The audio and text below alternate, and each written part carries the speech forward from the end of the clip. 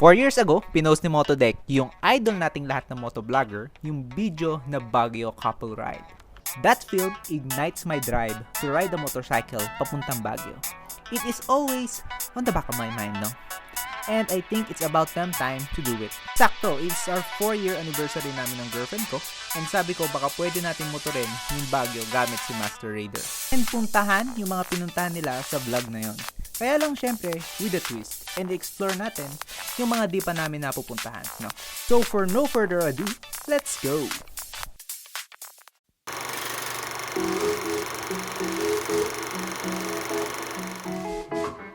What's up, Baguio? For our next song ay para sa lahat ng mahilig mag-road trip. Meron ba dito ang mahilig mag-road trip? This song's for you. Here's White Toyota.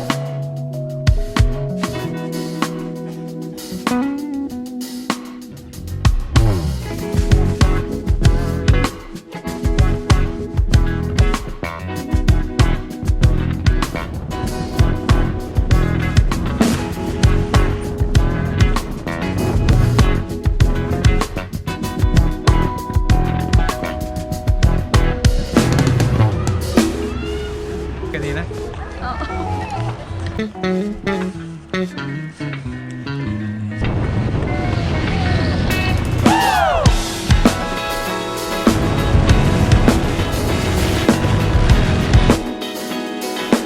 Baguio.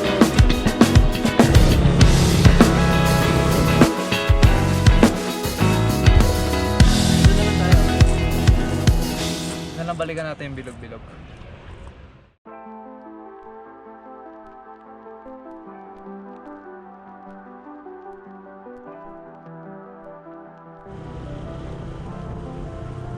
So hello po sa mga kaka-orange, Mother Jan.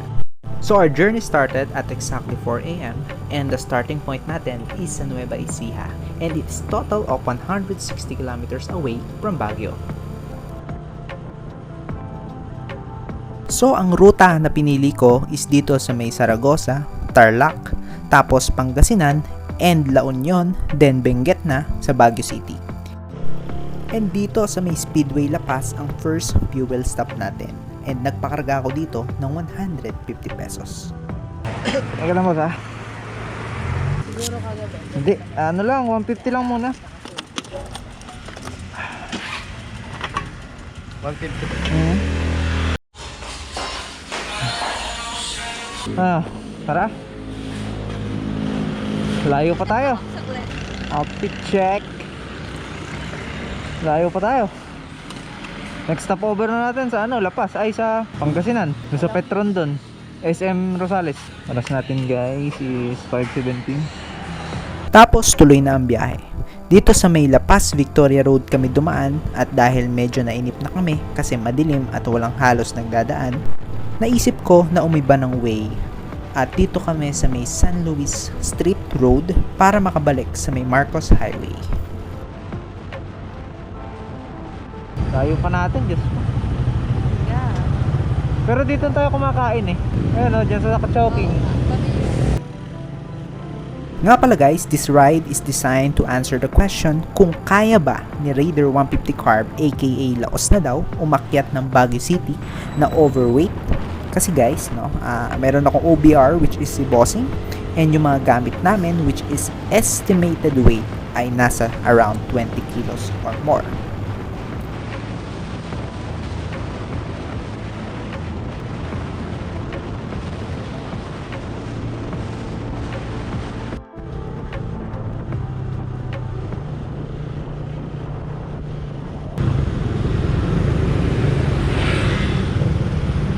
CR. Boss, bukas yung CR niya?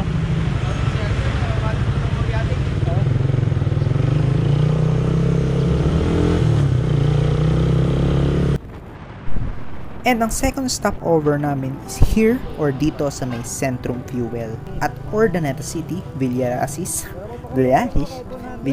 Pangasinan, and nagpakarga ako dito ng 100 pesos. So dito kami guys sa Uno.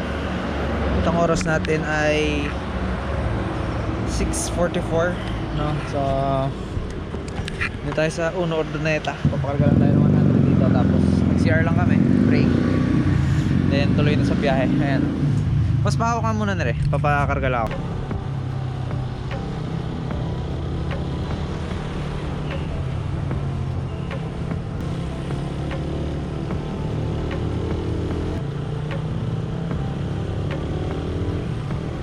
Manawag oh. Doon tayo. Ayun oh, sa bundok na yun. Layo, pilit pa to.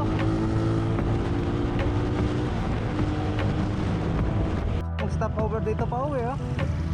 So, daming kainan oh. Ayun oh, sabi, kaya mo na, doon tayo sa Camp John Hay kumain.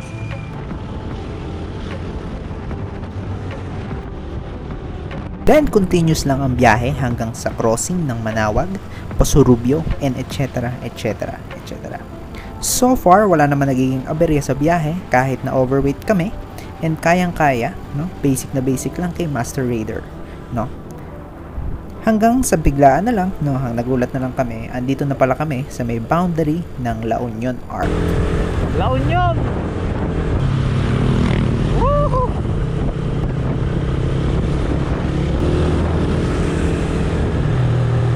And eto na ang third fuel stop natin at nagpakarga ako dito ng 50 pesos sa may Petron, Rosario, La Union.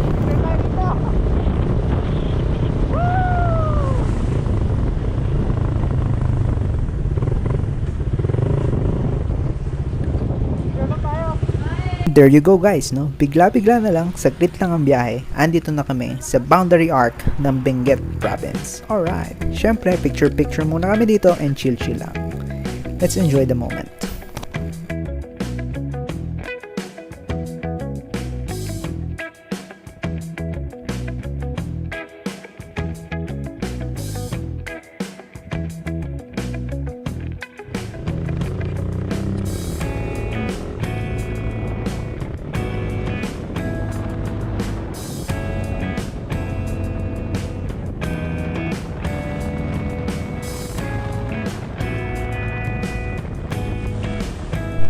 Nga pala guys, dito kami dumaan sa may Cannon Road and in-enjoy namin yung mga twisties and most importantly, we cherish the breathtaking views ng Baguio.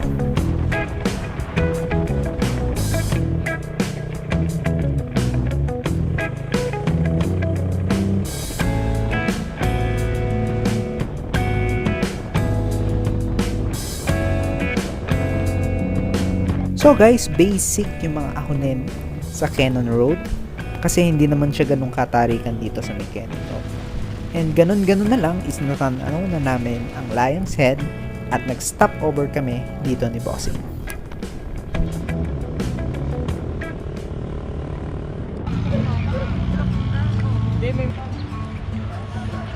Layo pa po kami guys. Punta tayo. Ayun pa, punta pa tayo sa tuktok na yun. No? Layo pa.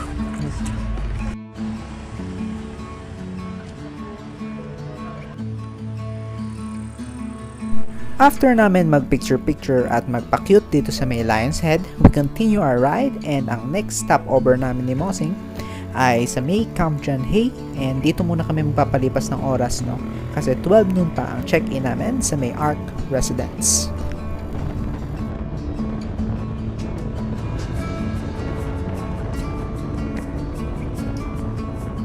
And mula sa Lion's Head hanggang sa Camp John Hay, it is a total of 8.1 kilometers via Cannon to Lawakan Road.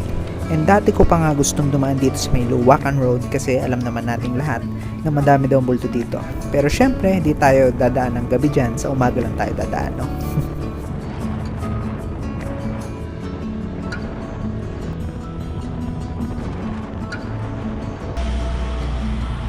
Wala lang tayo, upo lang dyan, no? Mamaya pa yung check-in natin saan, di ba? Good morning, Baguio. Ito pala, dami ko ng parking. So guys, andito kami sa Cemetery of Negativism. Ayan, I wanna die. Can't be done. Died before he started. Or 10 months overdue. Negative ba yan? He's his own funeral. Sayaw, no? So dito guys sa may Camp John Hay ay 50 pesos yung parking and tamang ubos oras lang, upo lang, chill lang, no? And bumili kami ng breakfast dito sa may 7-Eleven tapos kinain namin dito sa may waiting shed. 7-Eleven pa rin kahit nasa Baguio. So anong pagtutrip natin dito guys? Dito kami sa gilid ng Camp John Hay. Dito kami kumain sa may waiting shed. Kasi yung table may bayad ng 300. Ewan ko dito kung magkano.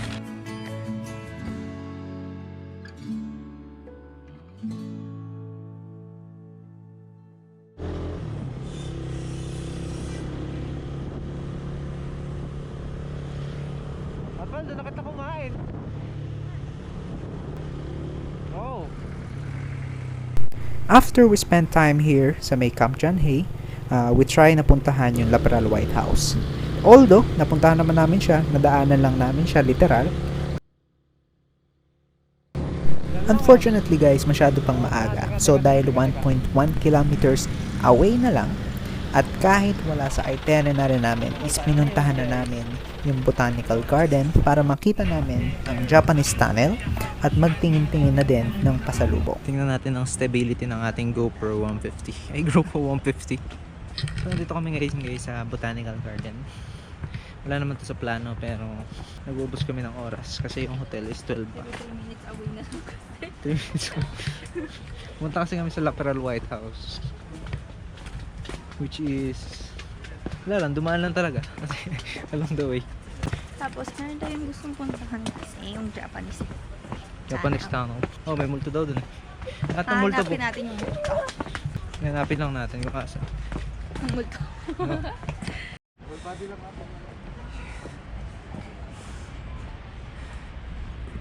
Let's go.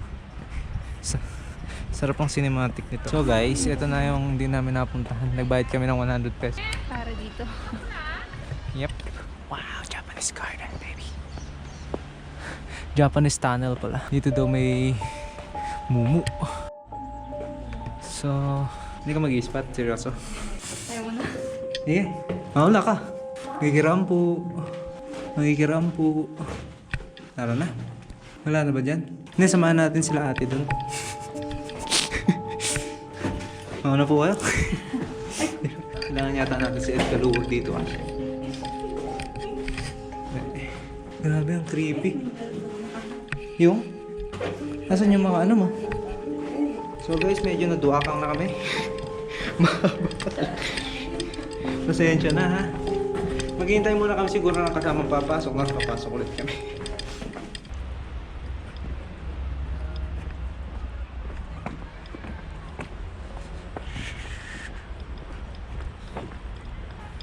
Solid na kahoy oh. Yes ah. After namin matakot at takutin ang aming mga sarili sa may Japanese Tunnel, umalis na kami. Baka kasi meron pa kami magambala doon. No? At exactly 12 noon, umalis na kami at pumunta sa may Arts Residence. Yes guys, Arts Residence. No? Dito din nag-check-in yung idol natin si Motodeck sa vlog nila ngayon. So mula Botanical Garden, it is a total of 6.2 kilometers away. So di naman siya ganong kalayuan pero matarik ang daanan. Dito ko na masusubukan ang lakas ni Master Raider ko. And so it did. Papunta dito sa may Arc Resident, dito talaga matatarik ang daanan kaya yon. Kayang-kaya naman ni Master kaya lang dahil overweight at may OBR ako, angil ng angil yung makina ni Master. Pero kaya naman, no? Kaya lang gigil. Power oh.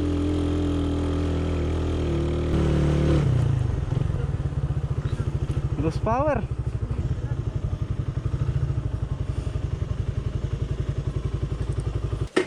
Ang tarik mo na. Asan po? Dito na lang. Napag one bar mo ko. Yun guys, andito na tayo sa hotel.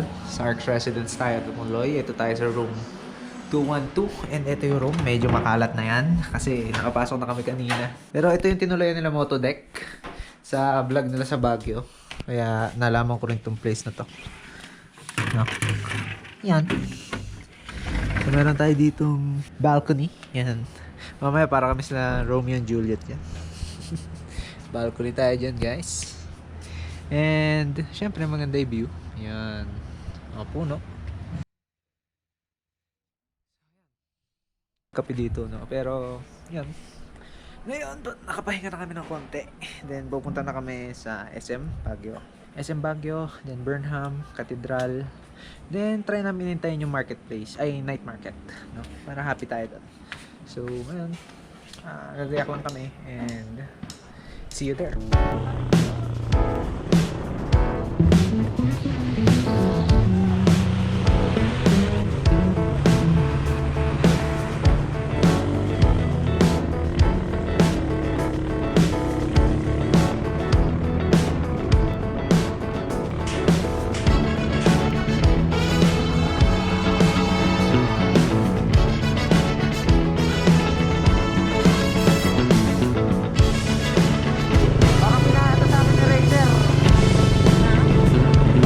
After namin mag-refresh sa biyahe ng mga ilang oras, pumunta na kami ni Mosing ng next destination, which is sa SM Baguio, para mag-park ng motor at mag-lunch na rin. And after nun is pumunta naman kami ng Cathedral, Cathedral ng Baguio.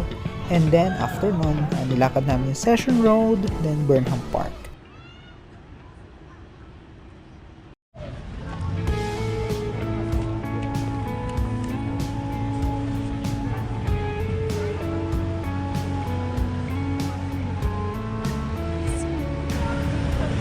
Ganda ng kulay ng bago. Lalo sa GoPro nito, ang ganda nito. Stock lang to eh. Ay, tarik na naman guys. Sabi ko kasi magsapatos ka eh. Matari ka na naman to guys. Sulitin ang kabataan.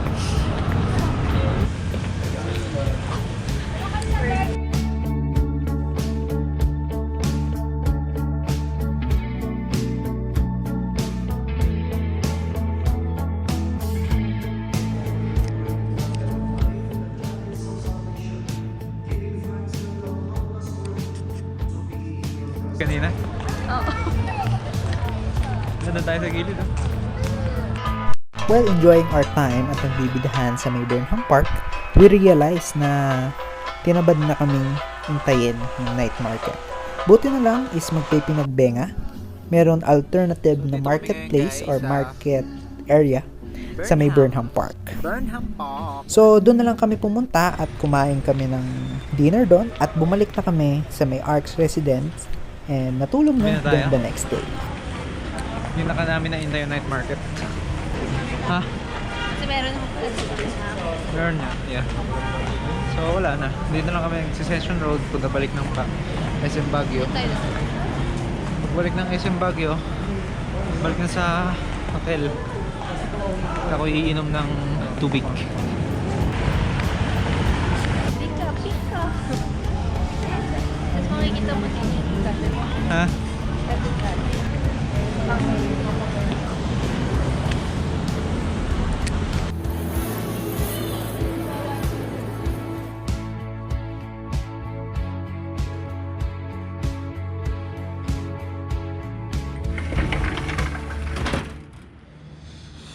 Highly recommended guys yung Arcs Residence, no? Malinis, tahimik yung lugar, and very affordable. Kaya lang, kung dito kayo mag-i-stay, ay highly suggest na dapat meron kayong dalang sariling sasakyan or motor.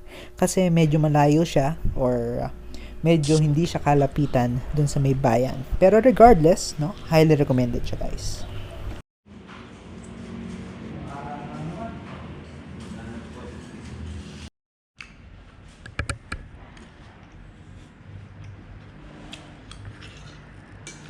Then after namin mag-breakfast at enjoyin yung masarap namin breakfast, no, dito sa may Arcs Residence, nag-ready na kami at gumayak para sa first destination namin for day 2, ang Mirador at ang Our Lady of Lourdes Grotto. It is a total of 5.4 kilometers away ang Mirador Eco Park mula sa may Arcs Residence, so walang humpay na ahonan na naman ito. Ayun na, grotto! ganda rito. Atin lang natin. Oh,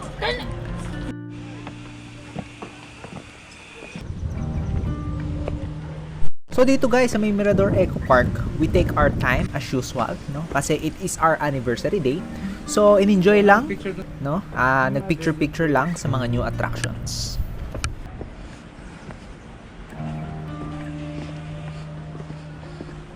At syempre dahil maganda yung view, tahimik, no? We take this time para makapag-senti na rin.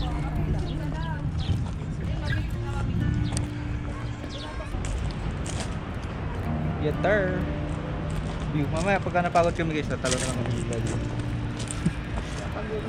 Paghulong na lang. Para mas mabilis. Dami kong dala oh. Ayoko naman kasing iwan sa kanya kasi nalaglag na niya yung GoPro.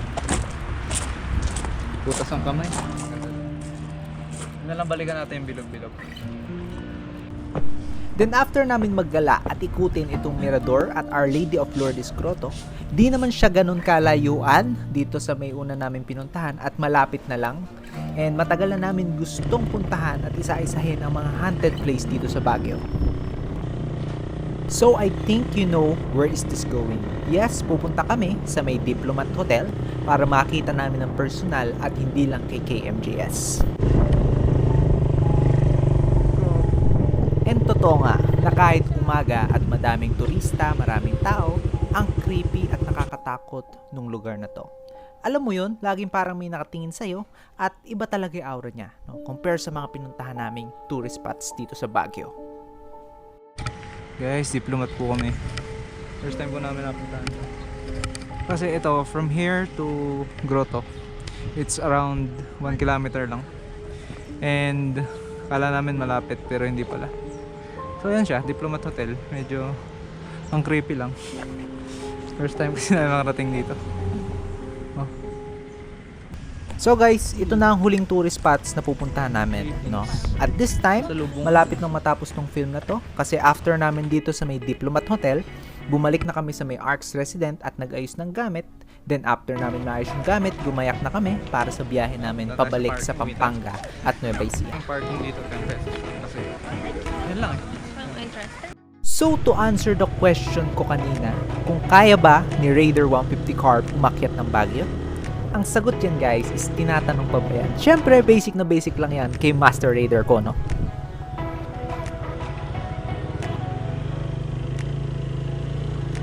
So to sum everything up, no, ang total na nagastos namin dito sa travel namin na ito sa Baguio is total of 6,000 pesos. Yung gas is 656, the parking sa lahat ng pinuntahan namin is 95 pesos. Sa food naman is naka-total of 1,804 kami. Sa mga entrances, no, 420. Sa pasalubong is naka 1,475. And lastly, sa accommodation namin sa may Arts Residence is naka 1,600 kami. Bago kami umuwi, nagtanghalian muna kami dito sa may Grumpy Joe. While we are enjoying our expensive lunch, let's take this time to contemplate ang mga nangyari di lang sa Baguio ride na to, kung hindi sa 4 na taon on this relationship. Yes, maraming away, maraming masasaya at malulungkot na memories ang nagawa natin at magagawa pa natin na magkasama. Di ba, bossing? Kaya naman, the only word that can describe our relationship at this moment, no, ay ang salitang laging sinasabi sa akin ni Nanay Miret. Kayang-kaya. 4 na taon nga na kaya natin, infinity pa kaya. So, hanggang dito na lang po mga ka-Orange Mother. Maraming salamat. At umabot kayo dito hanggang dulo. At umabot kayo dito hanggang dulo. No? Alam ko, sobrang haba ng vlog na to. At maraming salamat guys. At natiis nyo. Sana na-enjoy nyo naman yung Baguio trip namin ng aking bossing. No? And I guess that's it. Orange Mother out. Bye. Bye-bye.